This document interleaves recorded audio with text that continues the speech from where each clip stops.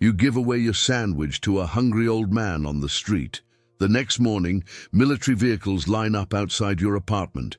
What happens next will make you question everything you thought you knew about kindness.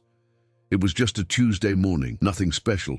You were rushing to work, sandwich in hand, when you saw him. An old man, sitting against the cold brick wall, his eyes hollow with hunger. You hesitated. You were already late. Your boss would be furious. But something in those eyes stopped you cold. Without thinking, you handed him your sandwich.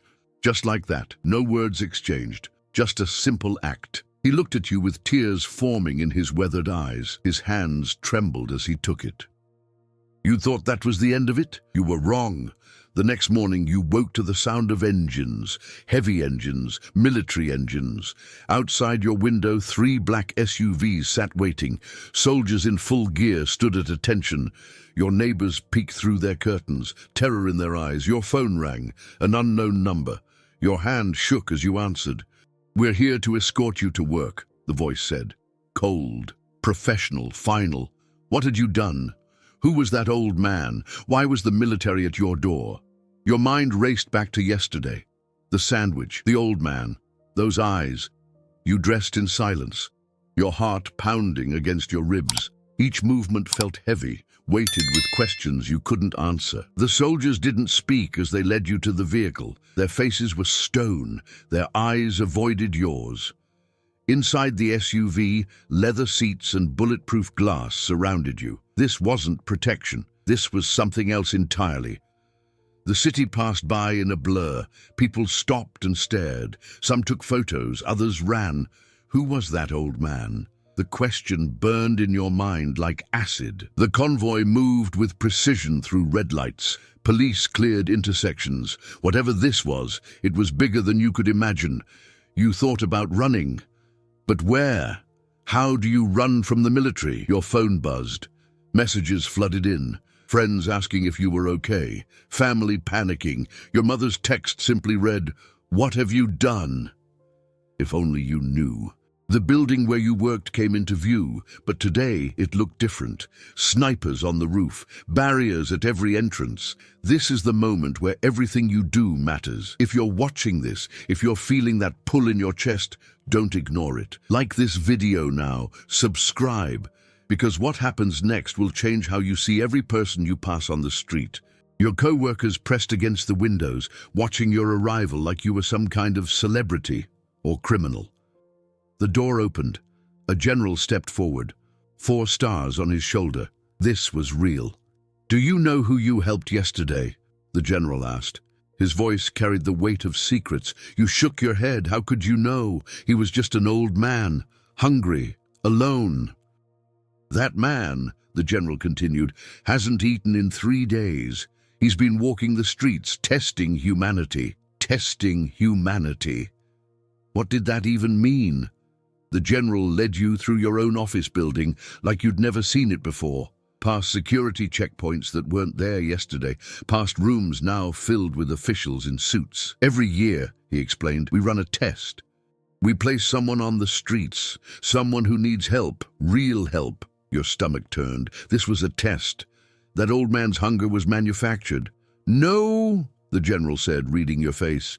"His hunger was real, his need was real, but his identity—" That's where things get complicated. You entered a conference room. Screens covered every wall, and on those screens you saw yourself.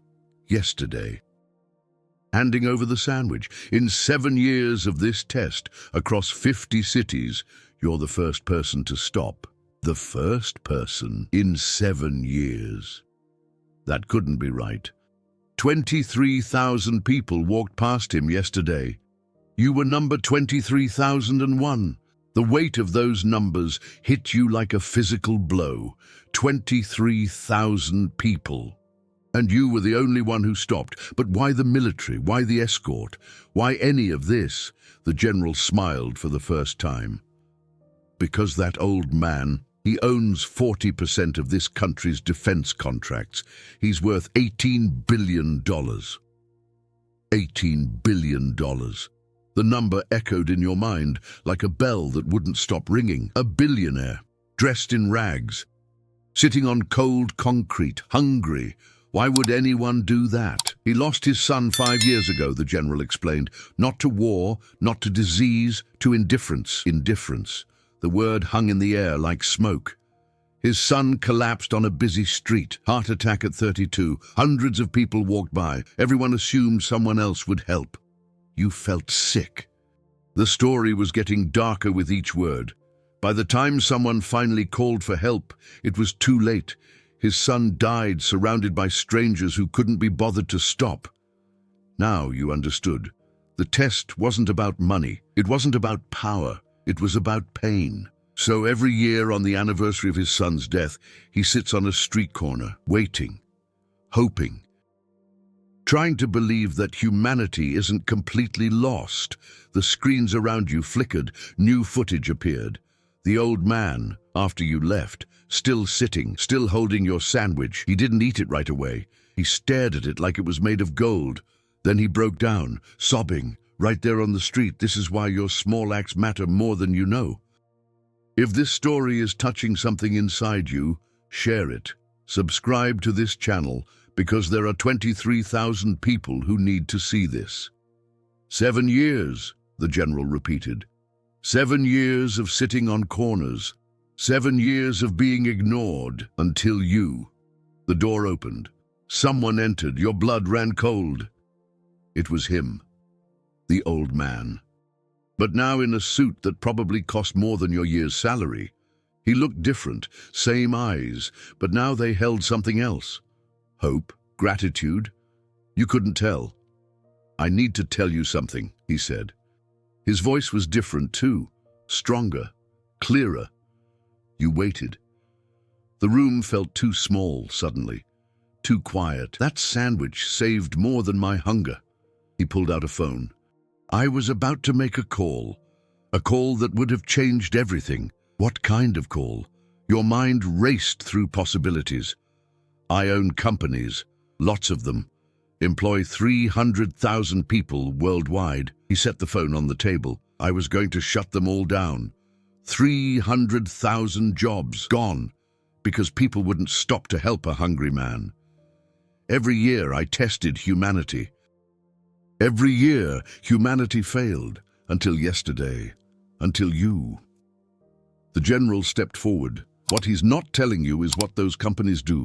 They run food programs in 40 countries, medical supplies to war zones, disaster relief. Your simple act, your rushed decision, your sandwich, it kept all of that alive. But here's what you don't know, the old man continued. I've been watching you, not just yesterday, for weeks. Watching you, fear crept up your spine. You give your lunch away twice a week to different people. You think no one notices. You did do that, but it wasn't special. People were hungry. You had food. Simple math. You worked 2 jobs to support your sick mother. You still find time to volunteer at the shelter. How did he know all this? Why did he know all this? So when you gave me that sandwich, it wasn't random. It was who you are.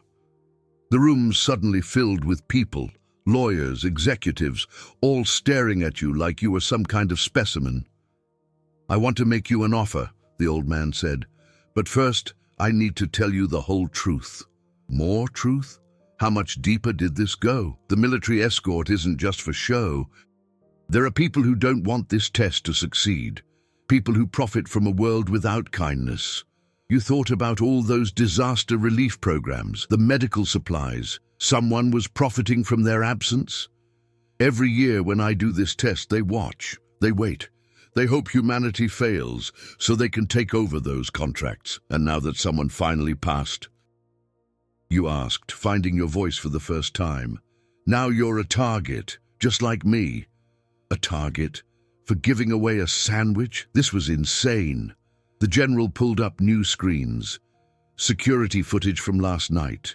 Your apartment building, strangers watching, waiting. They knew the moment you handed me that sandwich.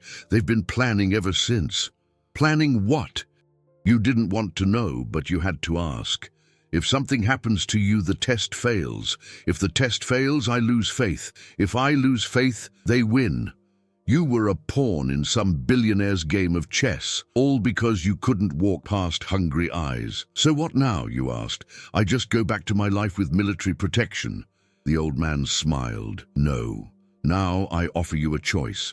One that could change millions of lives, or you can walk away and we'll protect you until this blows over. I want you to run it all, he said. The words hit you like a freight train. Run what? The companies? The food programs? You were nobody. An office worker who gave away sandwiches. I'm 78 years old, no family left, no one to carry on what I've built. His eyes locked onto yours. Until I found you. This was insane. You couldn't run international companies. You couldn't manage billions of dollars. You don't understand, you started, but he cut you off. I understand perfectly. You think kindness isn't a qualification. You think compassion can't run companies. He pulled out a folder, thick, heavy. Know what this is? Every CEO I've interviewed in 5 years. Know what they all had in common? You shook your head. They all walked past me, every single one.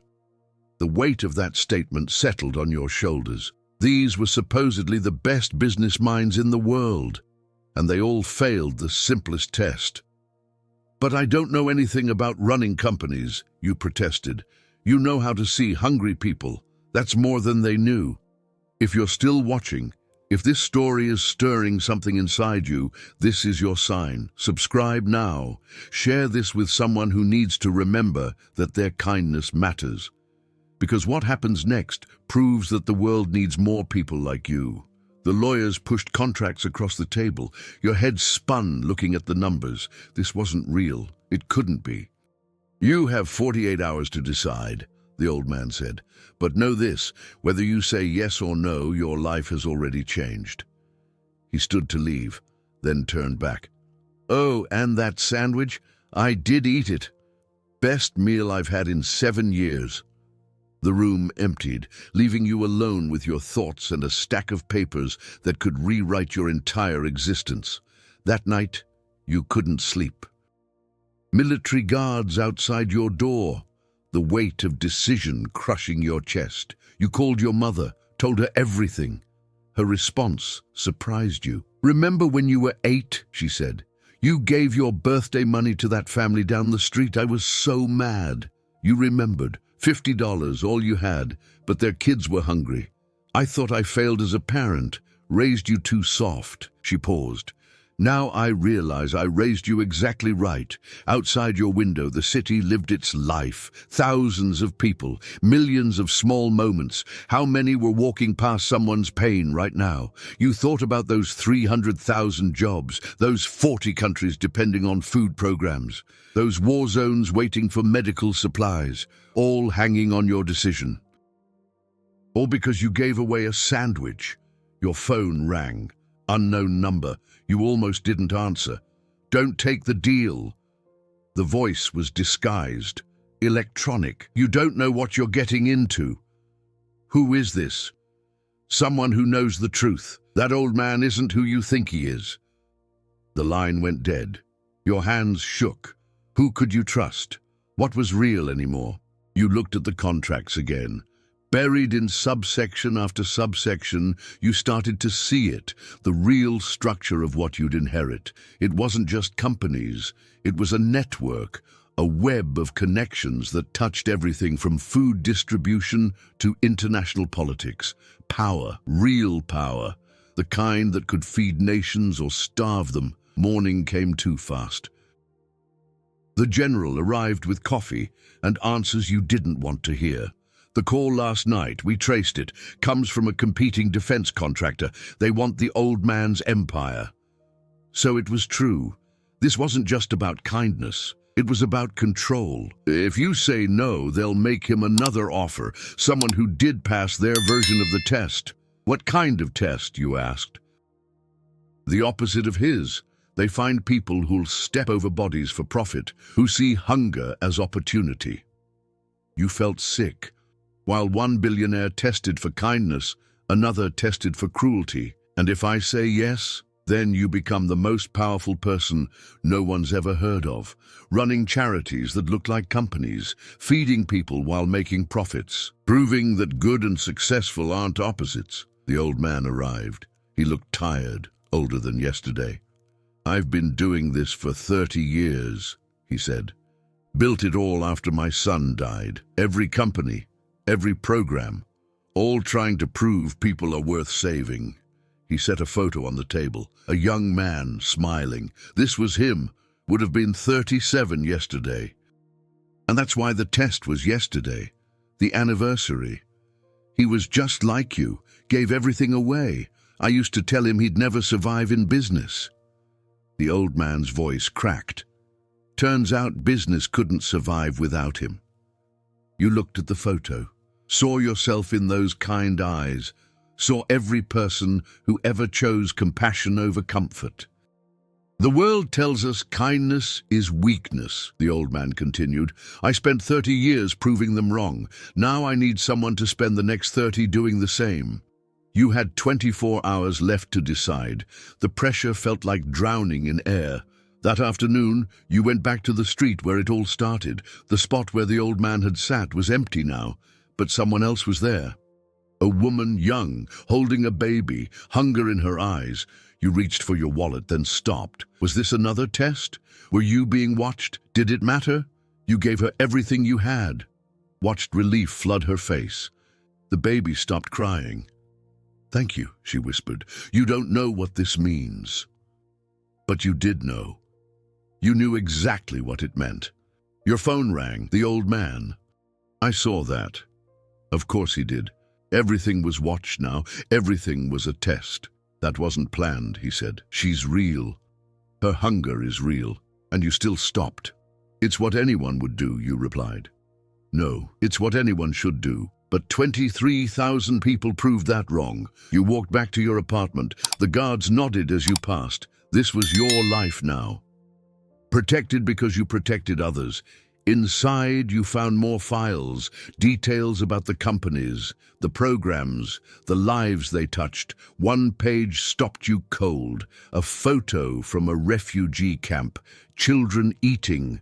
In the corner, barely visible, was the logo of one of his companies. Those children were alive because of programs you might soon control, or might let die if you walked away. The choice was becoming clearer and heavier. The final morning arrived like a judge's gavel. Decision day. You dressed carefully. Whatever you chose would change everything. Either you became who you never imagined, or you returned to who you always were. But could you return? After seeing all this, after knowing what hung in the balance? The meeting was in a building you'd passed 1,000 times, never knowing it held the keys to feeding millions. Inside, both sides were present, the old man and his team, and across the table the others, the ones who wanted his empire for different reasons. "Last chance," one of them said to you. "Walk away, take a generous severance, live your life." Severance. Like this was just a job, like those refugee children were just numbers.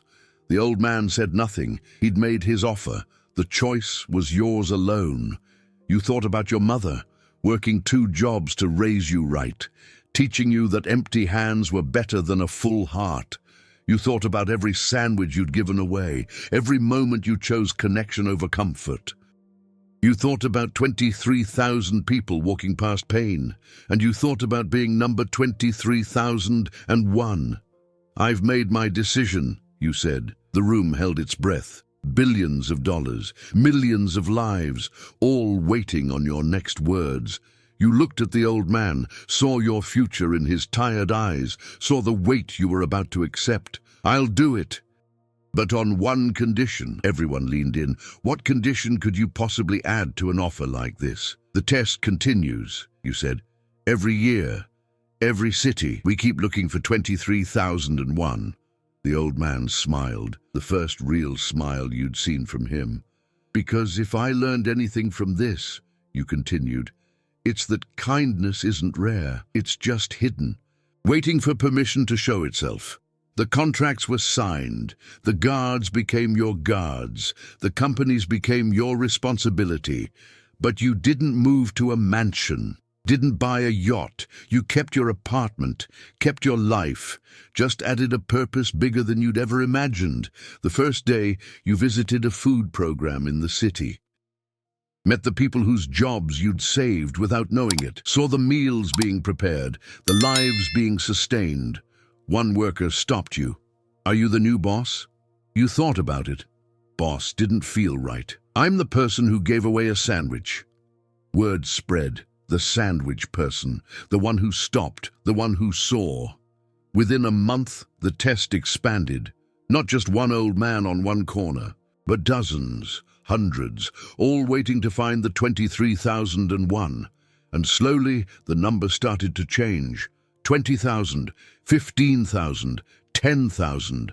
People started stopping, because here's what the old man knew. Kindness is contagious, but so is indifference. The question is which one you choose to spread. Every small act creates ripples. Every sandwich shared writes a story. Every moment of connection proves that humanity isn't lost. It's just waiting to be found. You still give away your lunch twice a week, still volunteer at the shelter, still see hunger as something to fix, not avoid. But now you do it with 300,000 employees, with programs in 40 countries, with the power to turn compassion into action on a scale you never imagined. All because you couldn't walk past hungry eyes. All because you were number 23,001. The old man was right. Your life changed that day, but not in the way you expected. You didn't become rich. You became necessary. You didn't gain power. You gained purpose. You didn't save the world. You just proved it was worth saving. And somewhere right now, someone is walking past someone else's pain. Maybe they'll stop. Maybe they'll be someone's 23,001. Maybe they're watching this video. Maybe they're you. If this story moved you, if it made you think about the last time you stopped for someone, then share it. Like this video, subscribe to this channel. Because this is for everyone who believes that small acts can change the world. For everyone who knows that kindness isn't weakness, it's the strongest force we have. Leave a comment about a time when you were someone's 23,001 or when someone was yours. Let's prove together that humanity isn't lost. It's right here, in every choice to see each other, in every decision to stop,